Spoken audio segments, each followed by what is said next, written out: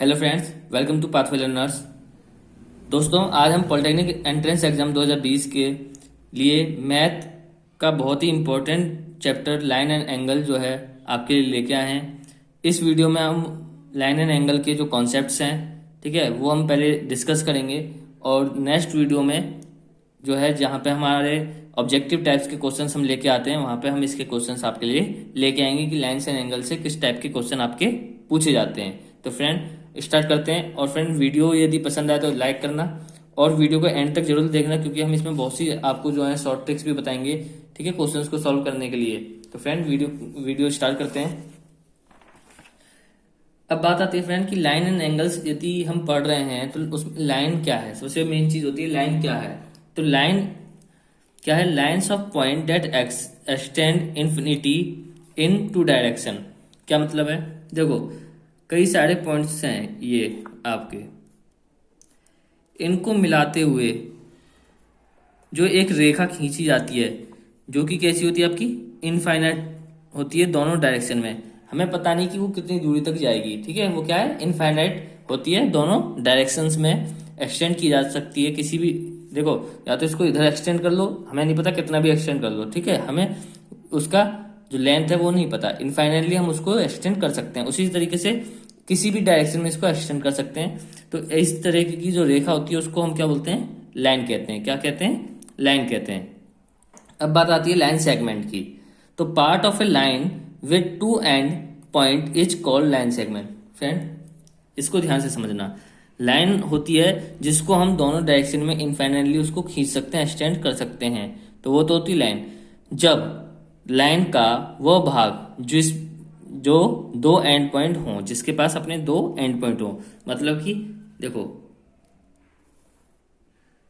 अब ये क्या है आपका? ए और बी। तो ये जो चीज कहलाएगी आपकी, क्या कहलाएगी? Line segment. क्या कहलाएगी? Line segment. ये क्या कहलाएगी आपकी? लाइन। ऐसा क्यों? देखो, यहाँ पे इसके पास क्या है? दो एंड पॉइंट हैं, मतलब ये लाइन यहाँ से चालू हुई और बी पे आपके खत्म होगी, ना तो इससे बी से आगे जाएगी ना ए से इधर जाएगी। तो ये क्या है? एक सेगमेंट है। जबकि यहाँ क्या था? पॉइंट तो थे, ठीक है, लेकिन यहाँ पे कोई इसका स्टार्टिंग पॉइंट नहीं था, कोई एंडिंग पॉइंट नहीं था। दोनों तरफ हम इसको एक्सटेंड कर सकते थे इनफाइनाइटली। और यहाँ पे क्या है? ये बाउंड कर दी गई, ठीक है, इसको सीमित कर दिया गया कि भाई ए से ज्यादा नहीं है, एक से चालू होगी और बी पे जाके आपकी लाइन जो है वो खत्म हो जाएगी। तो इसको बोलते हैं हम लाइन सेगमेंट। ये जो होता है वो इस लाइन का भाग होता है। जैसे कि मैंने बोला, ये इतना हिस्सा क्या है? इतना हिस्सा यहाँ से यहाँ तक का क्या है? लाइन सेगमेंट है। ऐसी यहाँ से यहाँ तक का क्या है? Line segment. या हो सकता है यहाँ से यहाँ तक का क्या हो जाएगा? फिर लाइन सेगमेंट, इस तरीके से। अब बात आती है, अगला पॉइंट आता है आपका रे। तो friend, a part of line with one and point, इसमें क्या होता है कि इसमें सिर्फ एक स्टार्टिंग पॉइंट होता है, ठीक है, या स्टार्टिंग पॉइंट बोल दो या एंड पॉइंट बोल दो, ठीक है। तो एक पॉइंट होता है, वहां से जो लाइन खींची जाती है इस तरीके से, वो क्या होती है आपकी? रे कहलाती है। क्या कहलाती है? ये रे। और यहाँ पे इसमें हमेशा आगे की तरफ क्या बना रहेगा? एरो बना रहेगा, ठीक है फ्रेंड। अब बात आती है सबसे इंपॉर्टेंट कि लाइन तो हमने देख लिया, अब एंगल क्या है? सबसे मोस्ट इंपॉर्टेंट। यदि आपको एंगल नहीं पता तो आप क्या मतलब पढ़ क्या रहे हो, ठीक है। तो एंगल सबसे पहले आपको पता होना चाहिए। तो देखो friend, an angle is a figure. ये क्या? एक फिगर है फॉर्म्ड बाय टू रेज, जो कि दो रेज के द्वारा बनाई जाती है, जिनको हम एंगल की साइड कहते हैं, sharing a common and point called vertex of the angle. और ये क्या है? कॉमन एंड पॉइंट को शेयर करते हैं, जिसको कि हम क्या बोलते हैं? वर्टेक्स कहते हैं एंगल का। देखो क्या होता है, ये एक फिगर है जो कि दो रेज से खींची जाती है, दो रेज से बनती है। एक रे आपकी ये गई और एक रे आपकी ये गई, ठीक है। इसको माना ए, इस रे को माना हमने बी। कॉमन एंड पॉइंट आपका क्या हो गया? ओ। देखो, इसका एंड पॉइंट भी ओ है और इसका भी एंड पॉइंट ओ है। तो कॉमन एंड पॉइंट से जब दो रेज आपकी जाती हैं, वो जो फिगर बनाती हैं, उस फिगर को हम क्या कहते हैं? एंगल कहते हैं। क्या कहते हैं? आप उसको एंगल कहते हैं, ठीक है। तो एंगल क्या होगा? ये वाला, ये जो फिगर बनी आपकी, इसी को हम क्या कहते हैं? एंगल कहते हैं। और इस चीज को क्या कहेंगे हम? इस चीज को, इसको कहेंगे हम वर्टेक्स। क्या? वर्टेक्स, ठीक है। और ये आपकी होगी आर्म या साइड ऑफ एंगल, ठीक है फ्रेंड। तो ये चीज तो आपको क्लियर होगी। उसके बाद आते हैं आपके डिफरेंट टाइप के एंगल्स। ठीक है, आपको पता है, आपने अपनी पिछली क्लासेज में भी पढ़े होंगे कि जो एंगल हैं वो भी क्या है आपके डिफरेंट टाइप्स के हैं। ठीक है, तो एक बार उनको भी हम क्या कर लेते हैं, डिस्कस कर लेते हैं, different types of angle.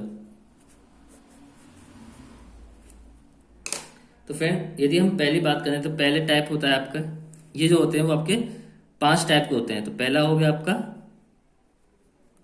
Acute, second हो गया आपका राइट, थर्ड हो गया आपका ऑब्ट्यूज, फोर्थ हो गया आपका स्ट्रेट, और पांचवा हो गया आपका रिफ्लेक्स। अब फ्रेंड ध्यान से देखना, और इसको बड़ी आसानी से मैं इसको याद भी करा दूंगा। बहुत से बच्चों को ये डाउट होता है कि एक्यूट में कितना एंगल होता है, राइट में कितना होता है, ऑब्ट्यूज में कितना होता है। ठीक है, तो राइट का तो सबको पता रहता है 90 डिग्री एंगल। ठीक है, लेकिन एक्यूट और ऑब्ट्यूज में और रिफ्लेक्स में बहुत ज्यादा आपको कंफ्यूजन रहता है, तो इसको भी मैं याद करा दूंगा। देखो आपको सिर्फ याद के रखना है, acute right obtuse straight reflex, acute right obtuse. ठीक है, AROSR, AROSR, AROSR। ठीक है, इस तरीके से आप याद रख सकते हो। तो देखो एक्यूट क्या होता है, ये वह एंगल होते हैं जो कि जिनकी वैल्यू 0 डिग्री से बड़ी होती है। ठीक है, ये वह एंगल है जिनकी वैल्यू 0 डिग्री से बड़ी होती है और 90 डिग्री से छोटी होती है। ठीक है, अब 90 पे पहुंच गए तो 90 जिसकी एंगल की वैल्यू कितनी होगी, 90 डिग्री होगी, वो राइट हो जाएगा। देखो 0 से चले, 0 और 90 के बीच में एक्यूट। ठीक है, जैसे ही 90 पे पहुंचे उसको हमने बोल दिया राइट एंगल। फिर 90 से चलेंगे और कहाँ तक, 180 तक, इनके बीच का होगा तो ऑब्ट्यूज। और फिर जैसे ही 180 पे पहुंचे तो क्या हो जाएगा, स्ट्रेट। क्या हो जाएगी, स्ट्रेट। और जैसे ही आप 180 से आगे चलोगे, जैसी एंगल की वैल्यू है, थीटा की वैल्यू जो है 180 से आगे चलेगी 360 तक, तो वो क्या हो जाएगा आपका रिफ्लेक्स एंगल हो जाएगा। ठीक है, तो एक्यूट एंगल की शेप कैसी होती है आपकी, कुछ इस तरीके से। कैसे होगी आपकी, कुछ इस तरीके से एंगल की शेप होगी, ये वाला। ठीक है, राइट एंगल कैसा होगा आपका, कुछ इस तरीके से होगा, ए और बी इस तरीके से होगा। ठीक है, ऑब्ट्यूज की बात करें तो वो कैसा होगा आपका, इस तरीके से ऑब्ट्यूज एंगल होगा ये। ठीक है, ये भी क्या है, थीटा, ये क्या है, थीटा। और स्ट्रेट कैसा होगा आपका, इस तरीके से स्ट्रेट होगा।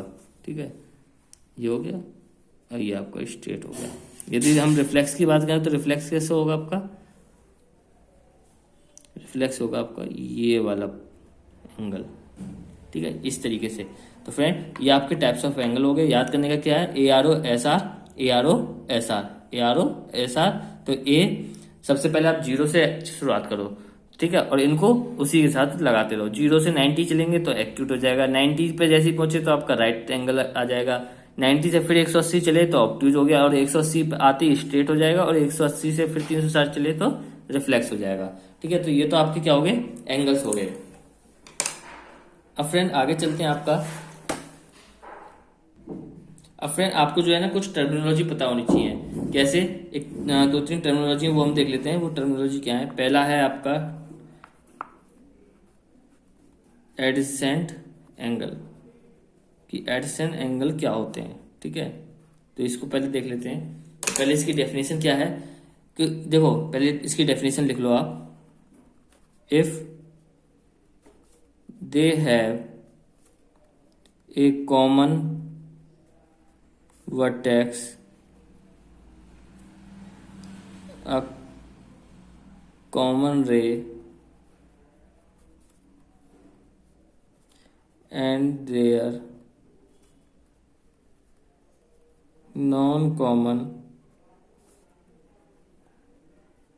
arm या ray are on different side of common रे। देखो फ्रेंड ये बहुत ध्यान से समझने वाला चीज है। एडजेसेंट एंगल जो है, देखो मैं आपको समझा देता हूँ, एक डायग्राम के हेल्प से समझाते हैं इसको। पहले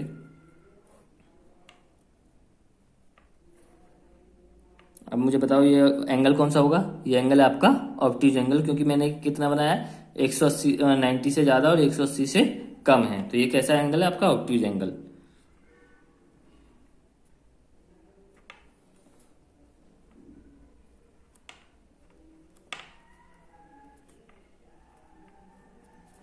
अब देखो फ्रेंड, इसमें ध्यान से इस चीज को देखना आप, जो डेफिनेशन है इसको ध्यान से पढ़ना। मैंने क्या लिखा है, if they have a common vertex, common vertex है, एक कॉमन रे हो, भाई इस एंगल के लिए भी ये वाली कॉमन रे है, मतलब इस एंगल के लिए ये रे है और इस एंगल के लिए, तो ये क्या है, दोनों के लिए एक कॉमन रे हो गई। बी जो है, जीरो ओ और बी जो है, ये वाली जो रे है, ये इन दोनों के लिए, दोनों एंगल्स के लिए क्या होगी, कॉमन रे होगी। और जो नॉन कॉमन रे हैं, जैसे ओ ए और ओ सी, ये कैसी है, ये डिफरेंट साइड पे होनी चाहिए कॉमन रे के। ऐसा ना हो कि कॉमन रे के दोनों एक ही तरफ हो, ठीक है, ऐसा नहीं होनी चाहिए। कॉमन रे के दोनों अलग अलग तरफ होनी चाहिए, डिफरेंट साइड में होनी चाहिए। तो उस समय ये जो एंगल होंगे आपके, ये जो एंगल फॉर्म होंगे, ठीक है, वो कैसे कहलाते हैं, आपके एडजेसेंट एंगल कहलाएंगे। तो हमेशा ध्यान रखना, यदि दो एंगल आपके इस तरीके से बन रहे हैं कि उनमें एक जो रे है वो कॉमन हो और जो बाकी की दो नॉन कॉमन रे हैं वो कॉमन रे के डिफरेंट साइड्स में हो, डिफरेंट अलग अलग तरफ हो, तो वो जो एंगल होंगे वो कैसे होंगे, आपके एडजेसेंट एंगल होंगे। अगला पॉइंट हम देखते हैं इसमें,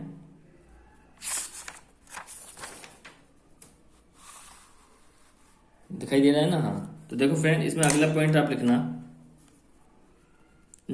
इसमें है लीनियर पेयर ऑफ एंगल का। तो लीनियर पेयर ऑफ एंगल क्या होते हैं, if non common arm O A and O C form a line, then it will called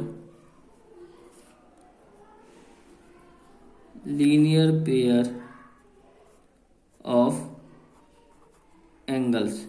तो फ्रेंड ध्यान से इस चीज को देखना, मैंने जो फिगर बनाई थी आपकी, ठीक है, क्या थी, ये जो फिगर थी, इसमें यदि ओ ए और ओ सी ये दोनों क्या आ जाएं, ये नॉन कॉमन रे हैं, और ये कैसी आ जाएं, एक स्ट्रेट लाइन में आ जाएं, तो जो एंगल बनेंगे उन एंगल्स को हम क्या कहेंगे, लीनियर पेयर ऑफ एंगल कहेंगे। देखो दिखाते हैं अभी हम इसमें भी।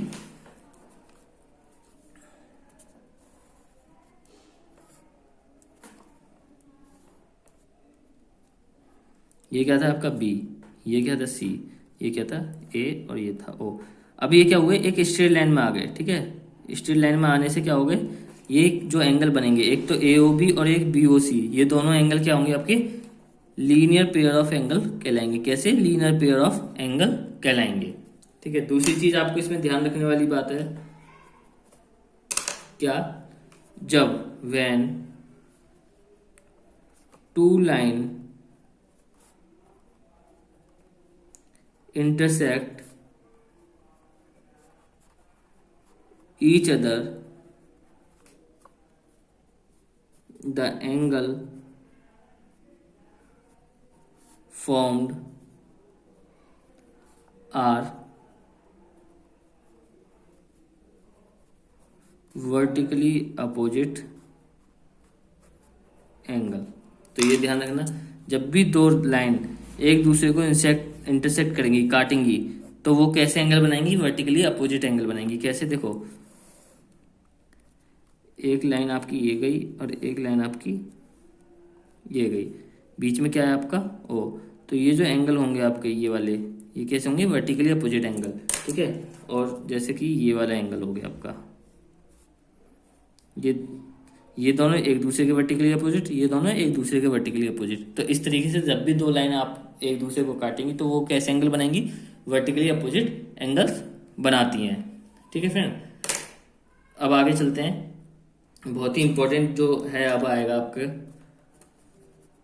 अब देखो अगला जो टॉपिक है वो है, इसमें आपको कुछ एंगल्स के बारे में समझना होगा कि कब किस किस कंडीशन में जो आपके एंगल्स हैं वो एक दूसरे के इक्वल होते हैं। जैसे करस्पॉन्डिंग एंगल्स किस कंडीशन में इक्वल होंगे, अल्टरनेट इंटीरियर एंगल्स होते हैं, अल्टरनेट एक्सटीरियर एंगल्स होते हैं, ठीक है, interior angle on the same side होते हैं। तो ये जो होते हैं, जिसे हम कंजिक्यूटिव इंटीरियर एंगल भी कहते हैं, तो ये क्या होते हैं, ठीक है। हम पहले एक डायग्राम के माध्यम से बताएंगे कि कंजिक्यूटिव इंटीरियर एंगल कैसे बनता है, ठीक है, अल्टरनेट एक्सटीरियर एंगल कौन से होते हैं। किसी भी डायग्राम में हम कैसे पता लगाएंगे कि ये अल्टरनेट एक्सटीरियर एंगल है, अल्टरनेट इंटीरियर एंगल है, करस्पॉन्डिंग एंगल है, ठीक है, ये चीज पहले पता करेंगे। और उसके बाद हम बताएंगे इसमें कि इन एंगल्स, ये जो एंगल है वो किस कंडीशन में एक दूसरे के इक्वल होते हैं। तो स्टार्ट करते हैं फ्रेंड। पहले तो आपको ये पता होना चाहिए इसमें कि ट्रांसवर्सल क्या होता है।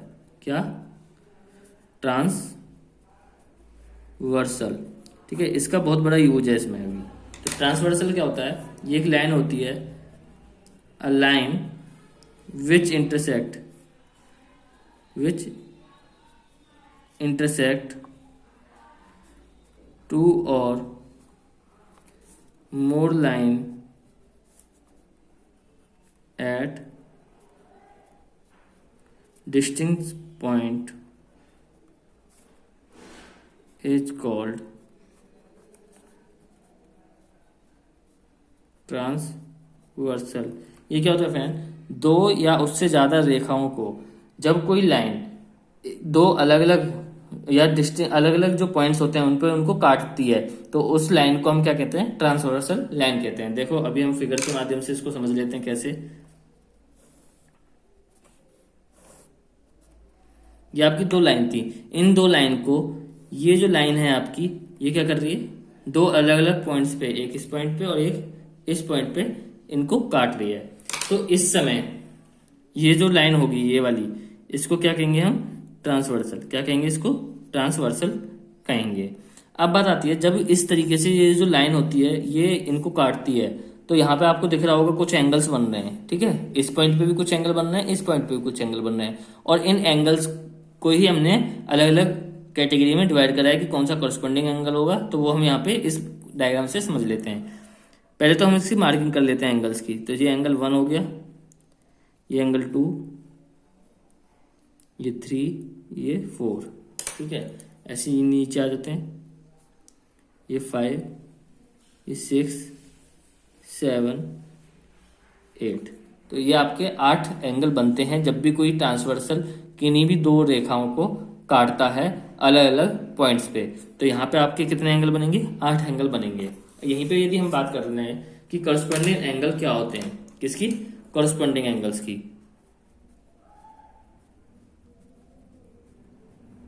Corresponding angles. तो फ्रेंड यदि हम करस्पॉन्डिंग एंगल्स की बात करें इसमें, तो देखो मतलब एक ही रेखा के एक तरफ पड़ने वाले इस तरीके के एंगल्स को हम क्या बोलते हैं? Corresponding angle. जैसे कि 1 और 5 ये क्या है? एक दूसरे के करस्पॉन्ड है। 2 और 6 ये क्या है? एक दूसरे के करस्पॉन्ड है। ऐसी 4 और 8, 3 और 7 ये क्या होते हैं? एक दूसरे के करस्पॉन्डिंग एंगल्स कहलाते हैं। 1 and angle 5, angle 2 and angle 6, angle 4 and angle 8, angle 3 and angle 7, ये क्या कहलाएंगे? आपके करस्पॉन्डिंग एंगल कहलाएंगे। वहीं पे यदि हम अल्टरनेटिंग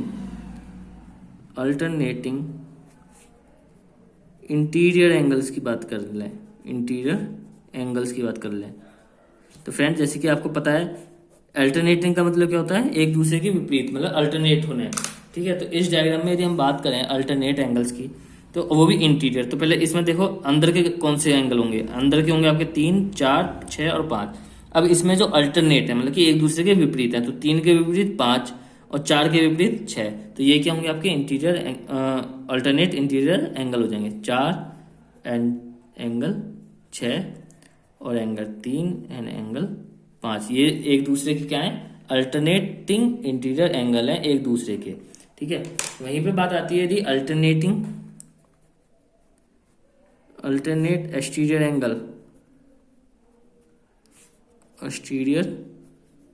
एंगल्स की बात आती है, तो देखो यहाँ पे क्या होगा?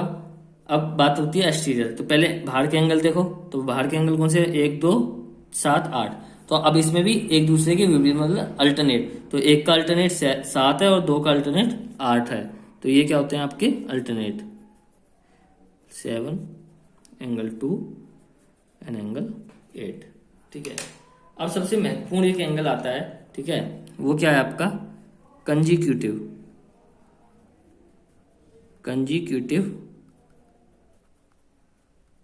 Interior angle. अब फ्रेंड कंजिक्यूटिव इंटीरियर एंगल्स को आप इस तरीके से समझिए। ठीक है, इसे हम को इंटीरियर भी कहते हैं, को इंटीरियर एंगल भी। तो फ्रेंड ये वो एंगल है जो किसी भी रेखा के ये पहली बात तो इंटीरियर एंगल है, दूसरी बात किसी भी रेखा की एक ही तरफ होते हैं कंजिक्यूटिव, ठीक है। कॉरस्पॉन्डिंग कंजिक्यूटिव ये सब क्या है, एक तरफ रहने वाले। तो किसी रेखा के एक तरफ रहने वाले और वो भी अंदर के कोण, तो 4 और 5, इसमें अंदर के कोण 4 और 5 एक ही रेखा के एक तरफ बन रहे हैं, ठीक है। ये भी एक तरफ बन रहे हैं 3 और 6, तो ये क्या हो जाएंगे यहाँ पे 4 एंड एंगल 5 और एंगल 3 एंड एंगल 6। ये क्या है आपके इंटीरियर कंजुगेटिव इंटीरियर एंगल्स हैं यहाँ पे, ठीक है। और इसमें आपको बस ये आपका जो टॉपिक है वो यहीं पे लास्ट होता है। 2-3 चीजें 2-3 पॉइंटें हैं वो हम आपको यहाँ पे बता देते हैं। ये पॉइंट जो है अभी आपके सबसे ज्यादा मेन है, जो हमने बताने के लिए बोला था कि अब इनमें जो इक्वल है वो किस किस कंडीशन में होंगे। तो आप पहले एक स्टेटमेंट लिखिए, फिर हम आपको समझाते हैं। If two straight line, if two straight lines are parallel and are cut by a transversal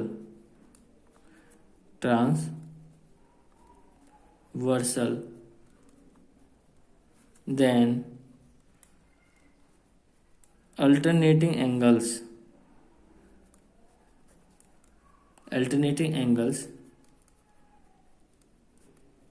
thus formed are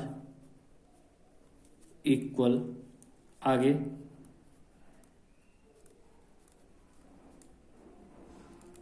corresponding angles are equal or and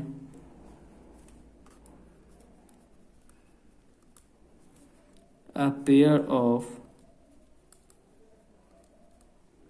interior angles on the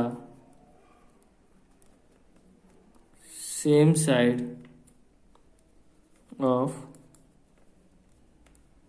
transversal are supplementary। अब friend इसको ध्यान से, बिल्कुल ध्यान से समझेंगे इस चीज को।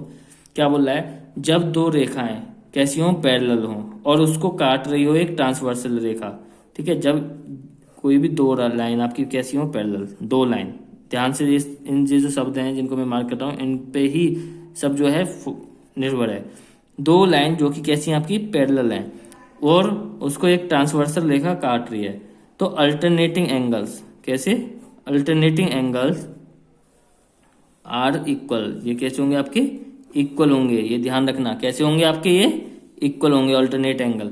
दूसरी बात करस्पॉन्डिंग एंगल्स जो होंगे, कैसे, कौन से वाले, करस्पॉन्डिंग एंगल, ये वाले, ठीक है, ये जो मैंने बताए थे करस्पॉन्डिंग एंगल्स, वो भी क्या होंगे आपके, इक्वल होंगे। क्या होंगे, इक्वल होंगे। दूसरी चीज पेयर ऑफ इंटीरियर एंगल, देखो ये जो मैंने चीज बताई है, ये मैंने बताया था pair of interior angle on the same side of the transversal, transversal के एक ही तरफ रहने वाले जो इंटीरियर एंगल्स हैं, ठीक है, वो क्या कहलाते हैं आपके, कंजुगेटिव इंटीरियर एंगल। मैंने बताया ना कि ट्रांसवर्सल के एक ही तरफ और वो भी इंटीरियर एंगल जो होते हैं उसको हम कंजुगेटिव या को इंटीरियर भी कहते हैं। तो इस टाइप के जो एंगल्स होते हैं वो कैसे होते हैं आपके, सप्लीमेंट्री। अभी हम आगे चल के बताएंगे सप्लीमेंट्री एंगल्स कौन से होते हैं। तो ये कैसे होते हैं, सप्लीमेंट्री होते हैं, ठीक है। तो ये पॉइंट आपको बहुत ध्यान में रखना है। देखो एक चीज मैं बता दूं, अभी हमने ये पैरेलल नहीं काटी थी, जब ये पैरेलल होंगी, मतलब कि ये लाइन एक दूसरे के पैरेलल होंगी और कोई ट्रांसवर्सल इसको काटती है, तो ये एंगल आपका किसके, देखो कंजुगेटिव एंगल कहाँ बात हुई थी, अल्टरनेट, पहले तो अल्टरनेट और फिर करस्पॉन्डिंग। तो पहले करस्पॉन्डिंग ले लेते हैं। तो करस्पॉन्डिंग क्या है, ये वाला जो एंगल है वो एंगल 5 के इक्वल होगा, ठीक है। उसी प्रकार ये वाला एंगल इसके इक्वल होगा। समझ में आ रही है बात। देखो आपका जो 2 है वो 6 के इक्वल हो गया, एक जो है 5 के इक्वल हो गया, 4 जो है वो आपका 8 के इक्वल हो जाएगा और ये इसके इक्वल हो जाएगा। ऐसे आपके जितने हो गए करस्पॉन्डिंग एंगल, ऐसी अल्टरनेटिंग एंगल्स। अल्टरनेटिंग एंगल्स कौन से होते हैं, जैसे 4 और 6, ये और ये और ये और ये सब क्या हो जाएंगे आपके, इक्वल हो जाएंगे, जैसे कि मैंने आपको ये सब बताए हुए हैं, ठीक है।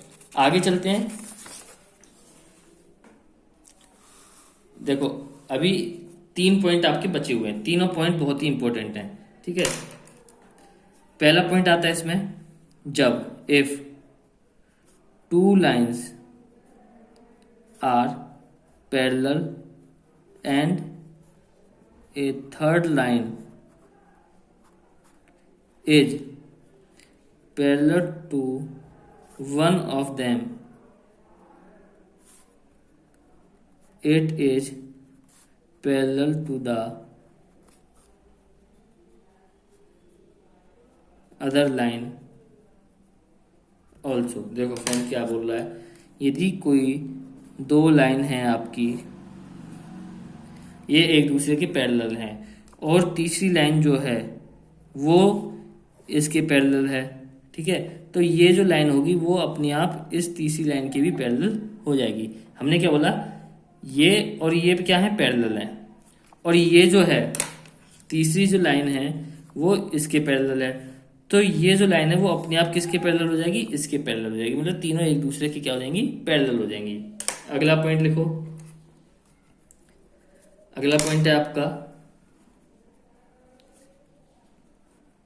To angles are said to be complementary angle if their sum is 90 degree. Friend ध्यान से देखना, कॉम्प्लीमेंट्री एंगल बोल रहा है, कोई भी दो एंगल कॉम्प्लीमेंट्री एंगल कब कहलाएंगे, जब उनका सम कितना हो, आपका 90 डिग्री हो, ठीक है, तो वो क्या कहलाएंगे, आपके कॉम्प्लीमेंट्री एंगल कहलाएंगे। मानो let A and B are two angles, ये क्या है, दो एंगल हैं अभी हम देख रहे हैं, और इनका sum and its sum as angle A plus angle B equals to 90 degree आ गया है, देन तो क्या होगा, angle A and angle B are complementary angles. क्या है ये, कॉम्प्लीमेंट्री एंगल्स कहलाएंगे, ठीक है। और इस वीडियो का और इस टॉपिक का लास्ट पॉइंट है आपका सप्लीमेंट्री एंगल। और फ्रेंड यदि वीडियो पसंद आई हो तो प्लीज़ वीडियो को लाइक कीजिए और ज़्यादा से ज़्यादा शेयर कीजिए। अगला पॉइंट क्या है, लिखिए आप इसको,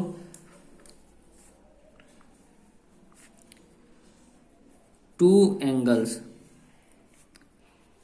are said to be supplementary angle if their sum is 180 degree. कितना, 180 डिग्री। तो फ्रेंड ये भी आपको बहुत अच्छे से ध्यान रखना है, जब दो एंगल का सम 180 डिग्री हो, जब दो एंगल का सम 180 डिग्री हो तो उसे क्या कहेंगे, हम सप्लीमेंट्री एंगल कहेंगे, ठीक है। तो इसमें भी वही चीज़ क्या है, लिख लीजिए आप, angle A plus angle B 180 degree होना चाहिए, then angle A and angle B are supplementary angle, ठीक है फ्रेंड। तो इसी के साथ वीडियो समाप्त होती है। और फ्रेंड वीडियो यदि पसंद आई हो तो प्लीज़ लाइक कीजिए। अगली वीडियो में या जो हमारे मैथ के जो ऑब्जेक्टिव्स आते हैं उसमें हम इसके टाइप्स ऑफ क्वेश्चंस हम करेंगे, तो प्लीज़ उस वीडियो को भी आप जरूर देखिए। और आप अपना प्यार हम पे ऐसे ही बनाए रखिए, और हम आपके लिए ज़्यादा से ज़्यादा कॉन्सेप्ट और ट्रिक्स के साथ हम आपको नई नई वीडियोस देते रहेंगे। तो फ्रेंड इसी के साथ वीडियो समाप्त होती है। धन्यवाद।